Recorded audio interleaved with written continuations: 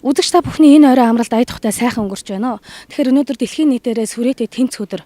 Энэ жилийн Сүрээтэй тэмцэх өдрийг Сүрээгөө Монголтой хамтдаа амьдарцгаая урайнд дор тэмдэглэн өнгөрүүлж байгаа билээ. Энэ аяны хүрээнд зохион байгуулагдаж байгаа үйл ажиллагааг тулгуур шийдэл нэвтрүүлэг дэлгэрэнгүйгээр хүргэнэ.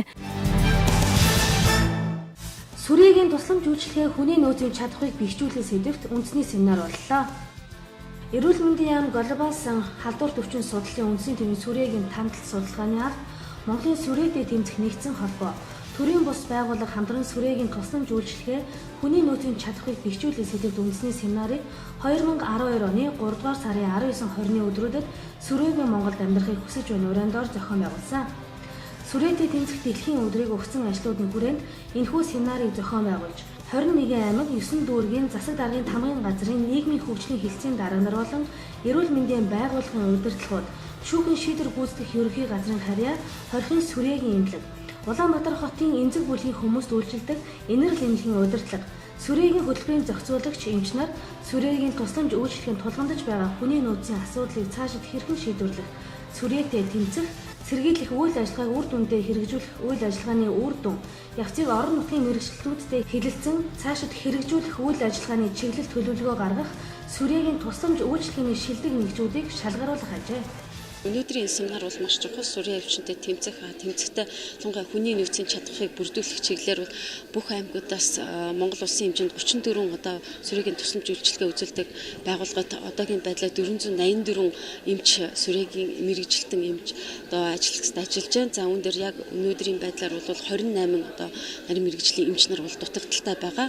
За тэгэхээр энэ маань бол бид одоо захиалга эрүүл мэндийн шинжилгээ ухааны их сургуульд хүсэн байгаа. Цаашид одоо хүний нөөцийн чадхыг бий болгох стандартын дагуу одоо тоог бүрдүүлэхээр ялангуяа одоо энэ Сүрээгийн чиглэлээр үйл ажиллагаа явуулдаг хүмүүсийнхаа одоо тэр энэ мэрэгжлийн одоо хүмүүсийг бэлтгэх тал дээр нэлээд одоо тийм тууштай бодлогыг явуулахгүй бол яг энэ Сүрээгийн эмчээр ажиллах хүмүүсийн одоо хүсэл эрмэлзэл маш их бага байгаамаа. Дэлхийд дахны одоо Сүрээтэй тэмцэх стратеги үүний дагуу одоо мянганы хөгжлийн зорилтын Сүрээ тархалт Сүрээгээс одоо үүдэлтэй нас баралтыг бууруулах энэ одоо зорилтын хүрээнд Монгол улс халдвар төвчөнтэй тэмцэх одоо үндэсний хөтөлбөр за Сүрээтэй тэмцэх үндэсний стратеги мөн одоо энэ Сүрээ өвчнийг эмчлэх удирдамжууд бол зэрэгд гарсан. За үүний дагуу яг стандартын дагуу үйл ажиллагаа явуулахад яг харахгүй боловсруучны асуудал маш чухал.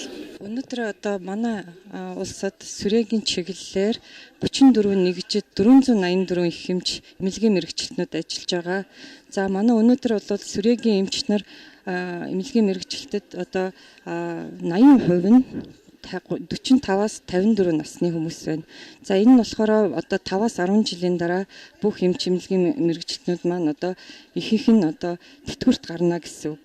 За ингээд өнөөдөр манайх энэ семинарыг яагаад хийж байгаа гэвэл одоо манай улсын одоо энэ эмч эмнэлгийн мэргэжилтнүүдийг одоо чадварыг сайжруулах, тэдний одоо тэднийг дэмжиж ажиллах, орчин бүрдүүлэх тал дээр онцгой анхаарал тавьж ажиллах шаардлагатай байгаа учраас өнөөдөр энэ семинарыг хийж байна. За тэгээд өнөөдөр энэ семинараас одоо бид нэр цаашид яаж ажиллах тухай одоо бүх асуудлуудаа гаргаж тавьж арга замаа одоо хайж ажиллах юм аа.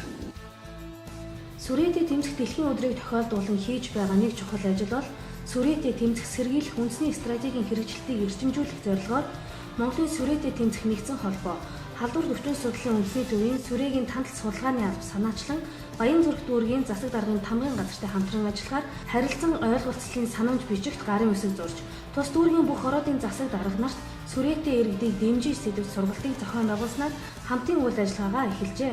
Сүрээгийн тусламж үйлчлэгээний хүний нөөцийн чадварыг бэхжүүлэх сэдвт семинарт Дэлхийн эрүүл мэндийн байгууллагын халдвар төвчний асуудал хариуцсан мэргэжилтэн доктор Луа Дапингийн тавьсан илтгэл олонний анхаарлыг татаж байсан. Та бүхэнд энэ танилцуулсан илтгэлээр үндэслээд бас хоорондоо ярилцах, хэлцэх асуудлууд өрнөх байх гэж найдаж байна. Сүрээгийн тусламж үйлчилгээ хүний нөөцийг бэхжүүлэх сэдвт үндэсний семинар тавьсан илтгэлээсээ та үзэгчдэд энгийн ойлгомжтойгоор тайлбар өгвөл. TB was a major problem. Тэр энэ болсон семинарын үеэр бол үндэсний Сүрээтэй тэмцэх хөтөлбөр болон эрүүл мэндийн яам хүний нөөцийн хөгжлийн чиглэлээр төлөвлөгөө боловсруулж тэр төлөвлөгөөгөө хилцэх асуудлаар энэ семинарыг хийж байгаа. Тэгээд энэ уулзалтанд бол Дэлхийн эрүүл мэндийн байгууллагыг урьж оролцуулж энэ уулзалтын үеэр Дэлхийн эрүүл мэндийн байгууллагын зөвлөс өгж байгаа удирдамж зөвлөмжүүдийг хүний нөөцийг бэхжүүлэх, хүний нөөцийг хөгжүүлэх төлөвлөгөөнд юу оруулах хэрэгтэй гэсэн зүйл дээр танилцуулга хийсэн юм аа. Invite WHO to present to the participant what WHO stand. Өсвөр насныхын сүрийн өвчний талаарх мэдлэгээ сорилоо. Сүрээтэд эмзэх дэлхийн өдрийг тохиолдуулан нийслэлийн Баянгол дүүргийн 51-р сургуулийн хамт олон 4 дүүргийн 5 сургуулийн 6-аас 7-р ангийн сурагчид асуулт хариултын анхаа тэмцээнийг сургууль дээрээ зохион байгуулсан. Сүрээтэд эмзэх дэлхийн өдрийг өгтөн өсвөр насны хүүхдүүдийн эрүүл мэндийн боловсролыг дэмжиж байгаад эрүүл мэндийн дэд сайд цолмон сайшааж оролцогч хүүхдүүдэд амжилт хүсэж байсан. Энэ сүрийн өвчин гэдэг бол зөвхөн хувийн эрүүл мэнд төдийгүй улс их орны хөгжил дэвшилт эдийн засгийн асар их хор хөнөөлийг авчирдаг ийм өвчин байгаа. За энэ өвчин нь зөвхөн хувийн аж амьдрал, улс орны хөгжил, ядуу зүдүү байдалтайгаа холбоотойгоос гадна мөн бас агаараар дамжиж жирийн хүмүүс халдварладаг учраас энэ бол их айхтар өвчин. Тийм учраас хүн болгон энэ өвчний талаарх мэдлэгтэй байж олж авсан мэдлэг мэдээллээ амьдралдаа хэрэгжүүлэх маш чухал байгаа. Тэгээд энэ сүрийн өвчин сүрээтэй тэмцэх олон улсыг өдрийг тохиолдуулан энэ чиглэлийн үйл ажиллагаа явуулдаг олон байгууллагууд сайхан үйл ажиллагаануудыг зохион байгуулж байна. За үүний нэг нь бол өнөөдөр энэ 51-р сургууль дээр болж байгаа асуулт хариултын анхаа тэмцээн уралдаан юм аа. Тэгэхээр энэ тэмцээнд уралдаанд оролцож байгаа хүүхдүүд бол сүрийн өвчний талаарх маш сайн мэдлэгтэй болж эндээс гарна бах гэж бодож байна. Тэгэхээр аливаа тэмцээнд оролцоход бол хүмүүс заавалжгүй юм уншиж, юм мэдж, мэдлэгээ нэмжээж оролцдог. Тэм ч учраас энд оролцож байгаа хүүхдүүд маань энэ талын асар их мэдлэгтэй болсон байх гэж ингэж бодож байна. Тэгээ бүгдээрэнд нь энэ тэмцээндээ амжилттай оролцож, бүгдээрээ болдог бол нэгдүгээр харинд орохыг та бүхэндээ хүсэн өрөөж байна. Цөмөр энэ сүрийн өвчнөд тэмцэх энэ асуудлыг бүх нийтийн үүс олгосноор энэ өвчнийг өвчлөхгүй байх, урьдчилан сэргийлэх ийм боломжтой юм шүү гэдгийг бас хэлье. За анхаа тэмцээнд маань манай үеийнгийн сурагч нар бэлтгэгдсэн сургуулиудын сурагчдаас оролцож байгаа. Тэгээ нийтдээ 4 сургуулийн 70 орчим сурагчид оролцож байгаа. Нийслэлийн Баянгол дүүргийн 51-р дунд сургуулийнхан Монголын сүрээтэй тэмцэх нийгэмлэг төрийн бус байгууллагатай идэвхтэй хамтран ажилладаг үлгэр жишээ сургууль ажээ. Ерөнхий боловсролын сургуулийнхан сүрийн өвчнөөс урьдчилан сэргийлэх тухайн өвчний талаарх мэдлэг мэдээллийг эрүүл мэндийн хичээлээс авдаг хэдий ч түүнийг амьдралдаа хэрэгжүүлэхэд энэхүү тэмцээн чухал ач холбогдол өгөх сайн талтай гэж сургуулийн багш сурагчид хэлж байлаа. За 3 сарын 24 бол сүрийн өвчнөд тэмцэх өдөр байгаа. Энэ өдрийг огтж Монголын сүрээтэй тэмцэх нийгэмлэгээс өнөөдөр манай сургууль дээр анхаа тэмцээн зохион байгуулж байна. Тэгэхээр энэ тэмцээн бол маш их ач холбогдолтой. Хүүхэд чихээр сонсох нэг өөртөө оролцоод ойд ухаанда бодож, тунгааж, биеэрээ үзүүлж, тань мэдхүн мэдлэг чадвараа баяжуулж байгаа нь бол энэ өвчнөөс урьдчилан сэргийлэх том үйл ажиллагаа болж байна гэж бодож байна. Эрүүл хүүхэд аяны хүрээнд эрүүл мэндийн дэд сайд цолмон шүүхийн шийдвэр гүйцэтгэх ерөнхий газрын харьяа 20 407 дугаар ангийн эхчүүд хүүхдүүдэд бичлэг хийжээл гарын бэлэг гардууллаа. Эрүүл мэндийн дэд сайд цолмон олон улсын эмэгтэйчүүдийн эрхийг хамгаалах өдрөөр шүүхийн шийдвэр гүйцэтгэх ерөнхий газрын харьяа 20 407 дугаар ангийн хүмүүжигч эмэгтэйчүүдийг эрүүл мэндийн үзлэгт хамруулж байсан. Энэ үеэр тус ангийн насанд хүрээгүйчүүдийн байраар орж тэнд байгаа хүүхдүүдэд бичлэг хийжээл витамин болон холбогдох эрүүл мэндийн үзлэгт ойрын хугацаанд хамруулахаа амлаж байсан. Ийхүү амлалтаа биелүүлж тэнд байгаа бяцхан хүүхдүүдийг эрүүл мэндийн үзлэгт хамруулж бичлэг хийжээл витамин гарын бэлгээ гартуулсан. Эрүүл мэндийн дэд сайдтай хамт их хүүхдийн эрүүл мэндийн үндэсний төвийн хүүхдийн 2 эмч болон бусад нарийн мэргэжлийн эмчнэр очиж хүүхдүүдийг эрүүл мэндийн үзлэгт хамруулсан. 0-1 насны 8 хүүхэд байна. За энэ хүүхдүүдийн маань өндрийг хэмжих, жинг хэмжих, ээжтэй хамт хэмжих, электрон жин зэрэг нарийн тоног төхөөрөмжүүд байхгүй. Тийм учраас энэ бүгдийг бүртгэж аваад дараагийн ээлжинд бол үг ийм одоо бодолтой байна. Эрүүл мэндийн салбарт хэрэгжиж байгаа Азийн хөгжлийн банкны тусламжтай хэрэгжиж байгаа төслийн хүрээнд 5 аймгийг бол болон одоо 5 дүүргийг нэмэлт хоолт бичил хоолт хичээлийн төсөлд бүх хүүхдүүдэд хамруулдаг байгаа. Зөвхөн хүүхдүүд биш ээж нарын тэр төслийнхаа хүрээнд яг энд цөөхөн хүүхд байгаа учраас цаашид одоо энэ байх хугацаанд нь хангаадаг гэсэн юм бол бодолтой. Эрүүл мэндийн дэд сайд Цолмонгийн тус ангийн хүмүүжигч эхчүүдийн 0-1 нас хүртэлх хүүхдүүдэд өгсөн бичлэг хичээл нь хүүхдийн өсөлт хөгжил, тархины үйл ажиллагааг дэмжихээс гадна хүүхдийн хоол тэжээлээс тэр бүр авч чаддаггүй амин дэм эрдэс бодисоор баялаг байдаг бичлэг хичээл юм а. Энэхүү тэжээлийг хүүхдүүд 6 сартаагаас эхлэн махан хоолнд өдөрт 1 удаа хольж хэрэглэдэг ажээ. Мөн энэ үеэр эрүүл хөгжил аянтай холбогдуулан хүүхдүүдийг эрүүл мэндийн үзлэгт хамрууллаа. За өнөөдөр бид нар Монгол Улсын ерөнхий сайдын санаачлалаар хийгдэж байгаа эрүүл хөгжил аяны хүрээнд шүүхийн шийдвэр биелүүлэхэд 407 дугаар анги дээр ирээд байна. За энэ ангид бол одоо насан туршаагүй охтууд 0-1 насны хүүхдүүдийг үзэхээр ирсэн байна. Тэгэхээр их хүүхдийн эрүүл мэндийн үндэсний төвийн хүүхдийн эмнэлгийн 8 эмчинд ирсэн. Хүүхдийн эмч 2 чихамар болоо нүд шүд за одоо бүртгэлийн ажилтны сувилагч нартайгаа 8 өрөөд үзлээ хийгээс үчнэ. ХДХВ дохын үндэсний зарцуулалтын үнэлгээний танилцуулга боллоо. 2010-аас 2011 оны ХДХВ дохын үндэсний зарцуулалтын үнэлгээ ХДХВ дохоос сэргийлэх тэмцэх хариу арга хэмжээний ахиц дэвшлийн тайлан 2012 Монгол улс дахь ХДХВ дохын тархалтын тооцоолол бүх нийтэд уг өвчний тусламж үйлчилгээний хүртээмжийг нэмэгдүүлэх зэрэг тайлангуудын үр дүн хэлэлцэх зөвшөлтөх уулзалт боллоо. Дээрх уулзалтаар 2012 онд Монгол улсаас өргөн барих ХДХВ доохын асуудал арга тайлангуудын үр дүн хэлэлцэж, тайлангуудын урьдчилсан дүнг танилцуулж холбогдох оролцогч талуудаас санал авч эзэлсэн. Уулзалтанд эрүүл мэндийн дэд сайд ХДХВ доохоос сэргийлэх үйл ажиллагааг зохицуулах үндэсний хорооны орлогч дарга Цолмон, Дэлхийн эрүүл мэндийн байгууллагын суурин төлөөлөгч ХДХВ доохын нэгдсэн багийн ахлагч Виват Рожона Питакорн болон холбогдох байгууллагуудын мэргэжилтнүүд оролцлоо. Тэгэхээр Монгол улс бол олон улсын хэмжээний дагуу хүлээсэн үүргийнхаа дагуу бол нэгдсэн үндэсний байгууллага олон улсын байгууллагууд бол энэ одоо талаарх үйл ажиллагаа явуулж байгаагаа бол жил болгон зарим нь 2 жил тутамд бол тайлбарладаг. Тэг өнөөдөр одоо ХДХВ доохын татар үйл ажиллагаа явуулдаг байгууллагуудын маань төлөөлөл хүлцэн ирж энэ дөрвөн тайлбарыг хэлэлцэж эцэслэн гаргах ийм зөрчилдөөлс болж байна.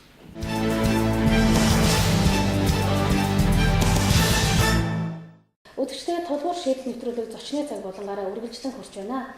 Манай энэ удаагийн хүндэт зочноор халдварт өвчин судлалын үндэсний төвийн ерөнхий захирал Ангаах ухааны доктор профессор Нэмхүү Хүрэлцэн яриад байна. Танд телевиз үзэгчдийн өмнөөс энэ орой мэндийг хүргэе. За баярлалаа, танд ч бас. За баярлалаа. Тэгэхээр таны бодлоор эрүүл сэтгэл тулгуур шийдэл гэдэг үг юу гэж ойлгож байна вэ? За эрүүл мэнд гэдэг бол юу юунаас хамгийн үнэт зүйл үүдэг, юм болгоны хангалтч нь байд юм аа. Хүний биеийн одоо эрүүл мэндээс гадна оюун санааны эрүүл мэнд гэж байдаг. Биеийн эрүүл мэндээ бол бодож энэ тэргуунд одоо эрүүл сарвал байх юм бол нийгэмдээ ихийг бүтээн гэр бүлээ сайн авч явна, өөрөө ад жаргалтай сайхан амьдрах юм аа. Тэгэхээр биеийн эрүүл мэндээс гадна тэр оюун санааны эрүүл мэнд гэдэг нь болохоор одоо эрүүл оюун сэтгэлтэй хүн бол орчин тойрондоо бол гэгээтэй, нэмэртэй юм өөдрөг байдаг. Тийм учраас энэ одоо оюун санааны эрүүл мэнд гэдгийг бас ард түмэн маань, ард иргэд маань бас чухалчилж бодож явах ёстой. Биеийн эрүүл мэндийг бол хүн болгон ярьдаг шүү дээ. Тэгэхээр ер нь эрүүл мэндийн алд бол бүхний алдлаа гэсэн үг. Тэгэхээр хамгийн тулгуур одоо ад жаргалтай сайхан амьдарч ажиллах үндсэн тулгуур одоо маань юу вэ гэвэл эрүүл мэнд юм аа. Тэгээ эрүүл мэндийн төлөө ажиллаж байгаа эмч бүх одоо Монгол улсын бүх аймаг суманд ажиллаж байгаа нийт эмч ажилчтай бол баярлж талархаж хамтран тэмцэж явж байгаа та баярлалаа бас энэ яг тайлбарлаад хэлье. За тэгэхээр өнөөдөр бүх нийтээрээ сүрээ өвчнөд тэмцэх өдөр шүү дээ. Тэгвэл одоо энэ жил манай бас сүрээгүй Монголд хамтдаа амьдарцгаая урайнд ор тэмдэглэн өнгөрүүлж байгаа. Яг энэ өдрөө тохиолдуулан халдварт өвчин судлалын үндэсний төв нь одоо ямар үйл ажиллагааг зохион байгуулж байна вэ? За энэ дээр бол олон үйл ажиллагаа зохион байгуулагдж байгаа. Жишээ нь бол сүрээг аймгийн боловсон хүчний хөгжүүлээ гэсэн сэдвт семинар бол өчигдөр эхэлсэн. 2 хоног одоо явж байна. Энэ үндэсний семинар хийгдэж байгаа ямар учиртай юм бэ гэхээр сүрээ бол халдвартай өвчин гэдэг утгаараа сүрээгийн чиглэлээр ажилладаг эмч совлогч нарын тоо бол цөөрсөн. Тийм учраас бодлогоор энэ сүрээтэй ажилладаг эмч нарыг боловсон хүчний бэхжүүлэх ийм том ажил бидний өмнө тулгараад байгаа юм. Ингээд үндэсний хэмжээний семинарыг 19, 20-ны одоо өдөр 2 өдөр хийлээ. Энэ дээр бүх аймагаас одоо төлөөлөл ирсэн. Мөн төрийн бус байгууллагуудаас урьж оролцуулсан ийм том семинар боллоо. Тэгэхээр бол одоо жишээ нь сүрээтэй өвчтөнд үйлчлэх энэ хүмүүсээ сайн бодлогоор дэмжихгүй бол ажиллаж байгаа улсуудын тоо бол улсын хэмжээнд хүрэлцэхгүй байгаамаа. Энэ бол бидний хувьд бол бас том одоо асуудал болоод байгаа. Тэгэхээр Монгол Улсын сүрээгийн өвчлөлийн яг өнөөгийн байдал ямар байна вэ? За сүрээ өвчин бол ер нь Монгол улс сүрээгийн өвчлөөрөө эхний 7-д ордог. Энэ бүс дотроо их өвчлөл ихтэй орны тоонд ордог. Тэгээ Монгол улсад бол одоо чинь 2007 оноос бол сүрээгийн тохиолдол бол буурж байгаа. За би энэ дээр нэг зүгээр тоо баримт хэлэх юм бол 2011 оны сүүлчийн байдлаар үзэх юм бол 3985 тохиолдол бүртгэгдсэн байна сүрээгийн тохиолдол. Тэгэхээр тэрнийг өмнөх 10 онтой харьцуулах юм бол 6.2%-аар буурсан үзүүлэлт гарч байгаа. Тэгэхээр бол бас энэ их бэрхшээлтэй юм дээр бол бас амжилт бол байгаа. Энэ дээр оншилгоо, эрт оншилгоо мөн эмчилгээний үр дүн одоо гарч байгаатай холбож ярьж болох юм аа. За тэгэхээр сүрээг ядуурт хүргэдэг өвчин гэж ярьдаг шүү дээ. Тэгвэл яг энэ сүрээ өвчин үүсгдэг нийгмийн ямар хүчин зүйлүүд байна вэ? Ер нь бол сүрээ нийгмийн өвчин гэж ярьдаг. Тэгээ хамгийн гол нь сүрээгийн микобактери туберкулез гэж сүргээг үүсгдэг ням маань ер нь бол ийм дархлаад суларсан хүмүүст юу яадаг их хурдан тусдаг, өвчлөлдүүлдэг, мөн орчин нөхцөл муутай амьдралын нөхцөл нөлөөлдөг. Тэгэхээр сүрээгийн ням маань өөрөө чиглэг, харанхуй, тийм чиглэг хүйтэн орчинд бол идэвхтэй үржиж одоо ам бүхтэй байдаг ийм нян. Тэгэхээр одоо шоронд бол сүрээ их байна. Тэ шоронд хоригдж байгаа хүмүүсийн дунд мөн ядуу амьдралын нөхцөл муутай гэр орон хүйтэн тийм чигтэй энэ шавар байшингууд амьдарч байгаа энэ нөхцөлтэй холбоотой өвчл их байгаамаа. Тэгэхээр энэ бол зөвхөн эмчнээс шалтгааллахгүй нийгэм энэ их ядуурл ажилгүйдэл тэ архиталттай холбоотой. Архиталт гэдэг нь юу гэж байгаа юм гэхээр архитлын улмаас дархлал бол маш их буурдаг. Халдварт өвчин судлалын төвд одоо яг тулгамдаад байгаа ямар асуудлууд байна вэ? За манад бол олон тулгамдсан асуудал байгаа. Гэхдээ эндээсээ бид нар хамгийн энэ тэргуунд одоо ямар асуудал байна вэ гэдгийг базаад манай эрүүл мэндийн сайд Хүрлбаатар сайд манай дээр ирж айлчилж ажилласан мөн Солонгос сайд мөн ирж ажилласан. Тэгэхээр энэ үед бол бид нар тэр олон юугээ тараалгүйгээр хүчтэй гол юмээ хүсэл тавьсан юм аа. За энэ болохоор ер нь бол эмнэлгийн орчин нөхцөл бол туйлаас чухал байдаг. Тэгээ манайх бол халдварт өвчин судлалын үндэсний төв 1986 онд анх ашиглалтанд орсон. Үүнээс хойш одоо бараг 30 гаруй жил болж байна. Тэгэхээр дээвэр сантехникийн асуудал бол үнэхээр цэгтэй толтол болоо хүндэрсэн байгаа. Тэгэхээр энэ асуудлыг шийдэх юм бол өвчнүүдийн тавтахтай байдал бол сайжирнаа. Ажиллаж байгаа эмч ажилчдын одоо нөхцөл өрөөний тухтай нөхцөл сайжирнаа. Жилийн жилд бол манайх бол өвлийн улиралд бол их хүйтэн одоо эмнэлгийн палатууд мөн эмчнэрийн сууж байгаа одоо офисын өрөөнүүд нь маш хүйтэн байдаг. Энэ бол аргагүй том хэмжээний засвар үйлчлэгээ хийж иж энэ сэргэн. Хэрвээ энийг засчих юм бол дараагийн одоо 30 жил энэ халдвартын одоо том комплекс 23 байшин 9 газар дээр ажиллаж байгаа энэ том төв маань 30 жил 40 жил төвгүй ажиллах юм аа. Ер нь бол халдварт өвчин судлалын үндэсний төвийн нийт эмч ажилчид бид хамт олон бол улсын хэмжээнд халдварт өвчний онцлох, эмчлэх, сэргийлэх ажлыг зохион байгуулдаг. Зөвхөн хашаан дотроо үйл ажиллагаа явуулдаг. Бүх аймаг одоо орон нутгийн эмч нарыг бид нар сургаж чиглүүлж шинэ одоо давтан сургалтуудыг бид одоо зохион байгуулж явуулдаг. Тэгэхээр улсын хэмжээнд ажилладаг байгууллага гэсэн үг. Тэгээд энэ дээр бол цаашаа ярих юм бол халдвар төвчин гэдэг бол дэлхийн хэмжээний проблем учраас дэлхийн хэмжээнд ажилладаг гэсэн үг. Тэгэхээр одоо халдвар төвчнийг үүсгэгч одоо нян вирусын жижиг одоо үүсгэгчд амьтад маань одоо хэл гаалаар бол ямар ч төвөггүй чөлөөтэй нэвтэрдэг. Тэгэхээр дэлхийн халдвар төвчөнтэй хамтарч тэмцэхгүй бол нэгийгээ орхих юм бол дэлхийд бол их эдийн засгийн хохирол одоо хүний эрүүл мэндийн амь насны хохирол авчирдаг. Тийм учраас бид нар их өргөн хүрээнд ажилладаг газар. Тэгээ энэ дээр бол олон улсын хэмжээнд олон одоо сургалт хамрагдж байна. Мөн олон улс анхаарч халдвар төвчний энэ онцлогоо эмчилгээн дээр яамтайгаа нийлээд бид нар нэлийн олон улсын төвшөнд ажиллаж байна. Тэгэхээр бид бол онцлогоо эмчилгээ энэ юун дээр онцгой анхаарахаас гадна суур энэ нөгөө нэг их хөрөнгөөр шийдэгдэх тэр нөхцөл байдлыг одоо хүссэн юм аа. Тэгээд Хүрлбаатар сайд бол 600 сая төгрөг шийдэж өгсөн энэ дээвэр дулааны асуудал дээр. Бид нар бол тэрбум 300 сая төгрөгийн төсөл бичээд одоо хүсэл тавьсан. Дараа нь цолон сайд ирээд бол яг энэ сүрээгийн олон юм дастай сүрээгийн асуудал дээр онцгой анхаарад тэрний одоо агаржуулалтын одоо хэсэг дээр одоо шийдэж өгсөн. Энэ нь болохоор нөгөө олон юм дастай сүрээ гэдэг бол удаан хугацаагаар 6 сар, 8 сар нэг газараа хэвтэж эмчлүүлдэг ийм хэсэг байгаа юм. Тэгэхээр тэр агаарын солилцоо бол тэр эмчилгээнд бол хамгийн гол үүрэг гүйцэтгэдэг. Эмч совлогч нар халдвар авахаас гадна тэр өвчнүүдийн эдгэрэлтэнд энэ агаар сэлгэлт бол чухал үүрэг гүйцэтгэдэг учраас Солон сайдын тэр бидний хүссэн бойлврыг шийдэж өгөх тал дээр одоо маш нааштай шийдвэр гаргаж өгсөн.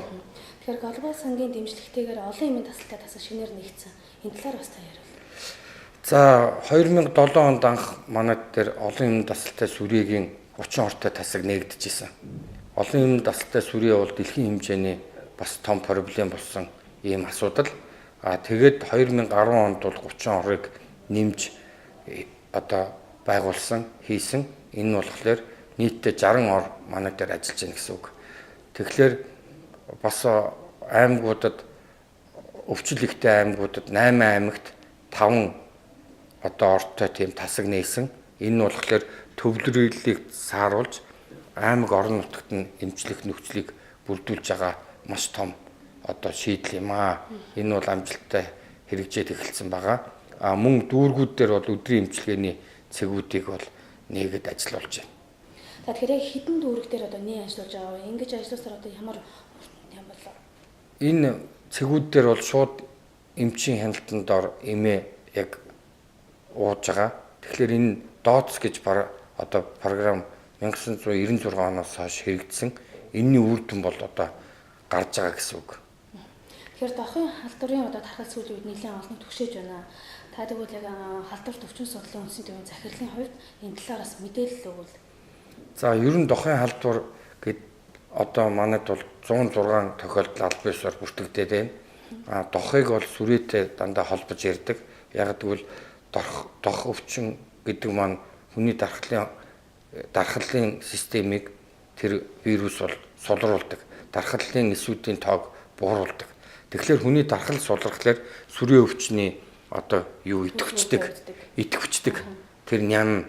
Тийм учраас энэ олон дэлхийн энэ эмч нарын одоо балкад энэ урайлоозон дээр байдаг сүрээ дох хоёр бол найз юм а гэд бүр том тийм одоо балкад нэг хэсэг их тавигддаг байсан шүү дээ. Тэгэхээр дохын халдвар бол Монгол улсад бол одоо их байгаа. Энэ нь болохоор жишээ нь 500 холд авсан хүн бидний дунд байгаа гэж үзэж байгаа. Тэгэхээр эднийг бид нэр эрт илрүүлж одоо эмчлэх хяналтанд авахыг зорж ажиллаж байна. Тэгээд сүрээ дохын халдвартай хүмүүс бол сүрээ өвчтэй хавсарсан хэд хэдэн тохиолдол байгаа. Тэгэхээр манайд бол дохын улмаас бол нас урсан хүмүүсийн одоо нэлийн хэд нь бол хавсарсан сүрийн өвчнөр хавсарсан ийм хэлбэртэй байсан. За тэгэхээр энэ сүрийн өвчнөр өвчилж байгаа хүмүүс маань яг хэдэн насны хүмүүст зөвхөн тохиолдоод байна вэ? За сүрээгээр өвчилж байгаа хүмүүсийн эд нас болохоор 20-40 нас гэж хэлж болно. Эд одоо энэ ажлын насны хүмүүс өвдөж байна. А энэ нь бол нөгөө амьдралын нөхцөл тэр одоо олгонтой нийгмийн одоо энэ байдалтай их холбоотой. А ер нь бол сүүлийн жилүүдэд бол сүрээгийн нас баралт бол 33%-аар буурсан байгаа. Энэ бол бас бидний хувьд бол амжилт юм аа.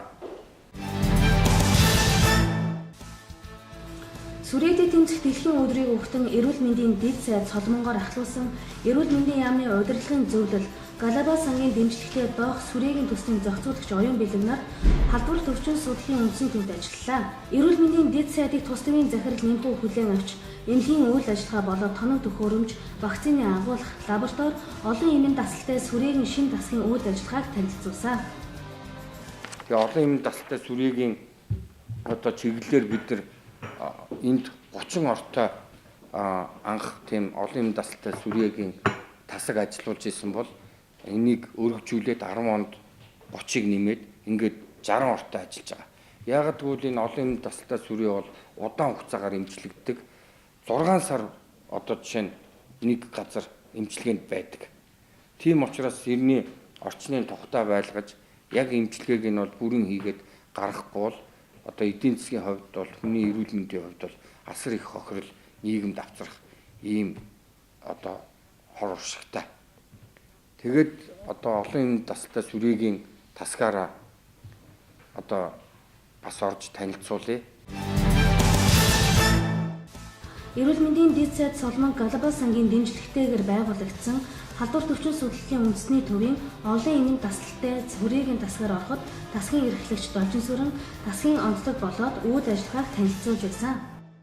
За олон эмийн тасалтай сүрээ бол мэдрэг 4 нэмийг хэрэгжилж байгаа. Тэгээ биеийнхаа жингээс хамаарат нэг өвчтөн маань 12-аас 16 бүр 20 ширхэг юм уу тохиолдол өнөөдөр 80 элдэ өвчтнүүд бол тэгээ олон төрлийн эмийг нэг доор өөрөөр хэлбэл энэ нэмжлүүлэгч нар маань нийтдээ 2 жилийн нэмийг өдөр бүхэн ууж байгаа.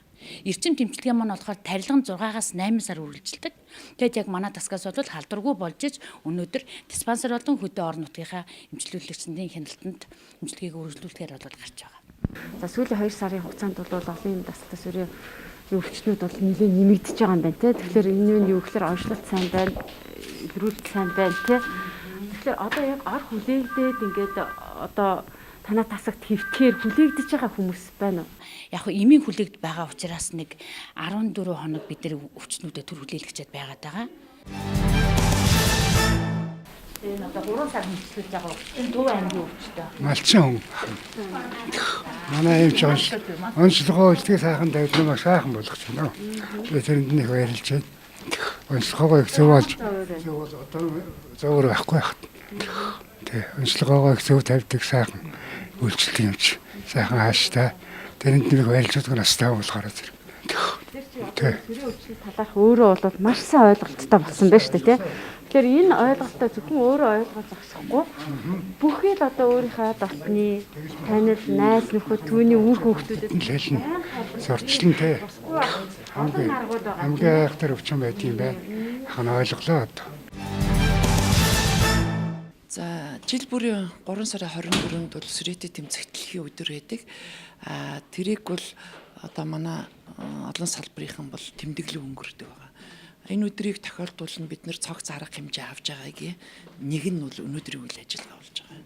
Өнөөдөр бид нэр энэ глобал сангийн дэмжлэгтэй төслийн хүрээнд байгуулагдсан олон эмийн тасалтай сүрийг эмчлэх тасгуудаар явж байна л да. Тэгэхээр анх бол энэ олон эмийн тасалтай сүрээ гэдгийг бол 2006 он хүртэл Монгол улсад эмчилж чаддаг байсан. Эмчилгээний эмэнч байгаагүй, онцлох лабораторич байгаагүй. Тэгэхээр энэ төслийн хүрээнд бол бид энэ ажлуудыг манай эрүүл мэндийн салбар амжилттай хэрэгжүүлж байгаа юм л да. Тэгэхээр өнөөдөр бид үндэсний хэмжээнд байж байгаа олон эмийн тасалтай сүрийг бол илрүүлэх лабораторитой болчлоо, онцлогооны лабораторитой. Тэрний эмчилгээг нийлүүлдэг болчлоо. Өвчтнийг эмчлэх тасгийг бол байгуулсан. Одоо ингээд энэ халдвар төвчин судлалын үндэсний төвийн Сүрээгийн тасгийн 5-6 дугаар тасгийг иж бүрэн тоноглосон. Засварыг хийсэн, агаржуулалтын системийг тавьсан. Тэгээд үүнтэй холбоотой бүхэл зардлыг бол энэ глобал сангийн дэмжлэгээр гаргаад үйл ажиллагаагаа хэрэгжүүлж байгаа. Эрүүл мэндийн дэд сайд цолбон халдвар төвчин судлалын үндэсний төвийн олон эмэн дасалтай сүрээгийн дасгийн үйл ажиллагаатай танилцж, тэнд хэвтэн нэмжлүүлж байгаа өвчтнүүдийн сэтгэлийг сонсож, тэдэнд сэтгэлийн дэм өгч, хурдан эдгэрхийг хүсээд сүрээгийн үндэсний лавлах лабораторийн үйл ажиллагаатай танилцсан. Тус лабораторийн тоног төхөөрөмжүүдийг ч мөн глобал сангийн дэмжлэгтэйгээр суурилсан гэж тасгийн эрхлэгч буян гişиг хэлж байсан. За манай лаборатори бас мөн сүрээгийн клиникийн 200 ортой эмнэлэг төвчж үйлчлүүлж байгаа. Үйлчлүүлэгчдийн шинжилгээг авч үйлчлэх ийм зорилготой. Тэгээ энэ сүрээгийн үндэсний лавлах лаборатори гэсэн нэр хаяг 96 оноос хойш бол энэ лавлах лабораториор ажиллаж байгаа. За манай лаборатори бол яг төрөлжсөн онцлогооны нарийн мэрэгжлийн лаборатори. Тэгээд эндээ бол сүрээгийн онцлогоо, эмчилгээ хяналтын чиглэлээр шинжилгээний улсын хэмжээнд лавлгаа шинжилгээг бол хийж явуулдаг ийм лаборатори байгаа. За манай лабораторийн харьяа бол нийтдээ 37 лаборатори улсын хэмжээнд ажилладаг. Энэ эдгээр лабораториудынхаа лаборант нарыг сургаж дадлагжуулах, мэрэгжлийн арга зүйн зөвлөгөө өгөх ажлыг бол манай лаборатори хариуцж гүйцэтгэдэг. За түүнээс гадна бол лабораторийн төвлөрсөн хангамжтай лабораторийн урвал бодисыг бол эндээс хангаж нийлүүлдэг байна. Тэгээ яг энэ сүүлийн үед шинжилгээ манайх 97 оноос эхлэн чанарын хяналтын системийг нэвтрүүлсэн. За ингэснээрээ бид нэр сүрээгийн онцлогоо 1997 онд 34.5% илрүүлэлттэй байдаг байсан бол одоо 74 орчим хувийн илрүүлэлттэй болж онцлогоо сайжирсан байгаа. За энэ сайжрахад бол тэр чанарын хяналтын системийг нэвтрүүлэх лаборант нарыг нэгдснээр сургаж дадлагжуулах мөн төвлөрсөн хангамжтай байх зэрэг нь бол нөлөөсөн гэж үздэг. За манай лабораторийн хувьд бол лавлгаа лаборатори учраас бид нар бас өөрснийхөө дотоодын лабораториудыг хянахаас гадна өөрөө бол гадны лабораториудад хянагдаж явдаг. Энд бол Японы улсын сүрээгийн эрдэм шинжилгээний хүрээлэнгийн лаборатори бол манайхыг хяндаг 2006 оноос эхэлж хяналт тавьж ирсэн. Манай хийгдэж байгаа шинжилгээнүүд бол орчин үеийн дэлхийн түвшинд хийгдэж байна гэсэн үнэлгээг бол жил тутам авч явж байгаа. Лабораторийн тоног төхөөрөмжүүдийн хэдэн хувийн глобал сангийн дэмжлэгтэйгээр оруулж ирсэн бэ? Ер нь л манайх бол сүүлийн 2005 оноос хойш глобал сангийн төсөл хэрэгжснээс хойш лабораторийн сүүлийн бүхэл тоног төхөөрөмжийг бол глобал сангийн санхүүжилтээр бол санхүүжигдсэн байгаа. За тэгээд 14 он хүртэл лабораторийн урвалж бодис улсын хэмжээний урвалж бодисууд бол глобал сангийн санхүүжилтээс суусан. 14 оноос хойш бол засгийн газрынхаа хэмжээнд санхүүжлах ёстой гэсэн ийм юутай байна. Тийм учраас бидний бас нэг тавьж байгаа юм эрүүл мэндийн яамдаа хандаж улсын төсөвтөө бага багаараа энэ лабораторийнхаа урвалж бодисыг суулгаж явах ийм арга хэмжээг авахаар эрүүл мэндийн яам халдвар төвчин судлалынхаа үндэсний төвийн хэмжээнд бол ярилцж тогтсон ийм зүйлүүд байна. Халдвар төвчин судлалын үндэсний төвийн вакцины агуулга нь олон улсын стандартад нийцсэн тоног төхөөрөмжөөр тоноглогдсон улсын хэмжээний вакцины төв агуулгажээ. Тус агуулгад улсын хэмжээний 3 сарын вакцины нөөц 2-8 хүнд хадгалагдаж байдаг юм байна. Энэхүү агуулгад товлолт хэрэглэгддэг 8 нэр төрлийн вакцин стандартын дагуу хадгалагддаг гэжээ. Дэлхийн эрүүл мэндийн байгууллагын зөвлөмжтэй хамгийн сайн чанарын вакциныг нэгдсэн үндэсний байгууллагуудаар дамжуулж захиалж байгаа шүү дээ. Тэр вакцинууд маань хурж ирээд энд хадгалагдана. Энэ сенсор нь ажиллаад тэнцээ гадна компьютер дээр хянагдчихэдэг. Хэрвээ энэ 2-8 градусын төвшөнд энэ агуулах байх ёстой температур нь. Хэрвээ энэс доошго буух юм бол тэр компьютер дээр тохиол өгөөд тэгээд энэ жигд ажиллагааг нь хангах ёстой. Тэр энэ ирсэн вакцинуудыг энэчнээсээ бид орон нутаг аймагта түгэн. За яг товлолт хэрэглэгддэг одоогийн байдлаар 7 нэр төрлийн гепатит вакцин 12 оны 1 сараас нэмэгдсэн. Тэгэхээр товлолт хэрэглэдэг үндэсний товлолт нэгсэндээ 2-оос 0-оос 2 насны 7-15 настай хүүхдүүдэд хийдэг үндэсний товлолоор хийдэг вакцин бол 7 нэр төрлийн вакцинд улсын хэмжээний 3 сарын нөөц тараагдаад нөөцөнд 3 сарын нөөц хадгалагдана. Дээр нэмээд улсын хэмжээний шаардлагатай вакцин бол энэ төв агуулгад агуулгадж байгаа. За бусад тархар судлалын болон бусад нөөцөнд байх ёстой вакцинууд гэх юм бол 24-5 нэр төрлийн вакцин бол товлын 6-7 вакцинаас тусдаа 24 нэр төрлийн вакцин манай энэ төв агуулгад бол хадгалагдж байгаа. Эрүүл мэндийн дэд сайд цолмон халдварт өвчин судлалын үндэсний төвийн удирдах ажилтнуудын зөвлөгөөнд оролцсноор энэ удаагийн үйл ажиллагаагаа дуусгасан. Улс орны тулгуур багна нь эрүүл иргэд байдаг. Эрүүл иргэдтэй нийгэм эрүүлж хөгжил дэвшлийнхээ замыг олдог. Эрүүл сэтгэлээр хийсэн шийдэл бүхэн зөв байдгийг санаж айл гэрээр тогтохгүй. Улс орныг ядуурл түрэгдэг сүрээ өвчнөөс үдэгч та өөрийгөө болон хайртай гэр бүлээ энэхүү халдварт өвчнөөс хамгаалж урьдчилан сэргийлээрэй. Сүрээгөө Монголд амьдрахыг хүсэж буй уран дор төрийн болон төрийн бус байгууллагууд олон арган үр өгөөжтэй ажил хийсэн нь ард иргэдийн амьдралд бодиттой үр нөлөө өгсөн гэдэгтээ маргахан үгүй зэ. За өнөөдөр сүрээтэй тэмцэх өдөр болж байна. Тэгээд сүрээгийнхаа эмч мэрэгчлэлтэнгүүдэд энэ өдрийн мэндийг бол төвшүүлье. За сүрээ өвчин маань өнөөдөр амьсгалын замын халдварт өвчин. Тэгэхээр сүрээгээс урьдчилан сэргийлэхийн тулд ер нь одоо тухайн иргэн хүмүүс маань яах ёстой юм бэ гэхээр хамгийн түрүүнд эмчид эрт хандаж, эрт онцлогдож эмчилгээнд ороход бол зайлшгүй. Эрт эмчилгээнд орсноор хурдан идэгрэн мөн халдвар тараах тэр эрсдэл маань өсөндөө багасж байна гэсэн үг. Тэгэхээр нийт иргэдүүдийн маань дунд энэ сүрээ өвчний тухай буруу ойлголтууд их байдаг тийм. Энийг нуун дарагдуулдаг, өөрсдөө хуваараа дураараа эмчилдэг. Учираас одоо энэ маань хүндрэл учруулад байдаг. Тэгэхээр энэ өвчнийг нуух шаардлага ердөө байхгүй. Энэ бол зөвхөн амьсгалын замын өвчин. Тийм учраас эмчидээ эрт хандаад эмчилгээндээ яралтай уснаар та одоо бусд нөхөд болон гэр бүлийгээ бол хамгаалах бүрэн боломжтой юм аа. За нэгэнт энэ сүрээ өвчнөр онцлогдсон хүмүүс маань яах ёстой юм бэ гэхээр өдөр бүхэн энэ нэмийг яг уух ёстой. Эрүүл мэндийн ажилтны хяналтанд ор. Ингэж ууснаар энэ маань үр дүнтэй болно. За тухайн өвчтний ч юм уу хариуцлагагүй байдлаас эмээ таслах, алдаг оног уух, эсвэл дур мэдэн өөртөөгөө эмчлэх, эсвэл гэр бүлийн хүмүүсээ сүрээгээр өвдөж байхад урьдчилан сэргийлэх үзлэгт хамрагдахгүй байх. Энэ бүхэн маань одоо дараагийн одоо өвчнийг хөндрүүлж эмийн тасалтай болох одоо нөхцөлийг бүрэлдүүлж өгч байдаг.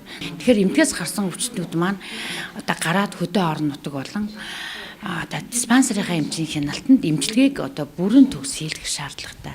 Энэ эмчилгээ маань энэ тухайн эмчилүүлэгчдийн хувьд бол хамгийн эцсийн эмчилгээ гэсэн үг. Өөрөөр хэлбэл энэс цааш бодвол дахин эмчилгээ байхгүй учраас энэ эмчилгээг аль болохоор үр бүтээлтэй өнгөрөх шаардлагатай, үр дүнтэй байх шаардлагатай. Дараагийн нэг чухал юм маань нэгэн эмчилүүлэгч маань удаан хугацаагаар эмчилгээ хийлгэж байгаа өдөр бүхэн биеийн жингээсээ хамаарч олон төрлийн эмийг уудаг учраас эмийн гаж нөлөөнүүд одоо илэрх тий сэтгэл санаагаар унах готрах гэр орноос одоо тусгаарлагдсан удаан хугацаагаар эвтэж байгаа учраас тухайн хүмүүст сэтгэл зүйн одоо янз бүрийн дэмжлэгүүд аягүй чухал шаардлагатай байдаг. Энэнд ялангуяа ар гэрийн оролцоо, ар гэрийн тусламж дэмжлэг бол маш шаардлагатай юм аа.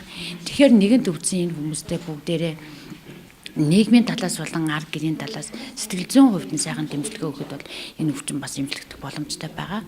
Сүүлийн одоо жилийн эмчилгээний үр дүн яг гэрчимт эмчилгээний үр дүн бол одоо хайцангуй их сайн өндөр байна. Манай тасаг гэхэд 10-11 онд бол төрхцийн шинжилгээ, өсвөрийн шинжилгээ бүгд 100% сөрөг болж гарч чадж байгаа. Энэ бол эмчилгээний маш өндөр одоо чанар юм аа.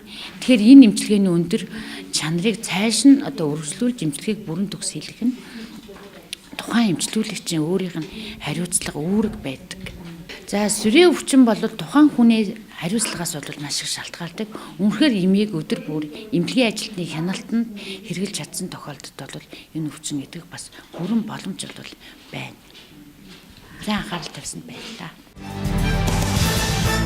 Тур шийдэл нэвтрүүлгийн энэ удаагийн дугаар өндөрлөж байна. Та бүхэн манай нэвтрүүлгийг эрүүл мэндийн үндэсний портал emch.cg-ийн сайтаар дахин үзэх боломжтой юм. Ингээд дараагийн дугаараар дахин шинэ мэдээлэлтэй иргэн уулзлаа. Түр баяртай үзэгчтэй.